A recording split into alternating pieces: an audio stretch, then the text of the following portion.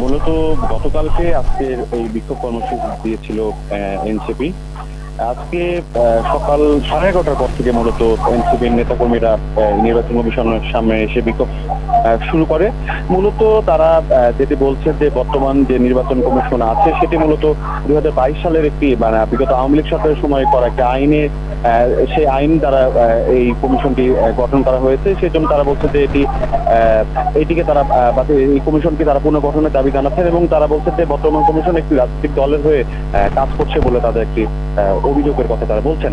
এবং সবশেষ যে ইশরাক হোসেনের যে নির্বাচনী ট্রাইব্যুনাল থেকে যে রায় পেয়েছেন সেই রায়ের বিরুদ্ধে যে নির্বাচন কমিশনের আপিল করার সুযোগ ছিল, সেটি আপিলটি না করার বিষয়টি তারা বলছেন যে এটি মূলত বিএনপিকে সুবিধার জন্যই নির্বাচন কমিশন আপিলটি করেনি।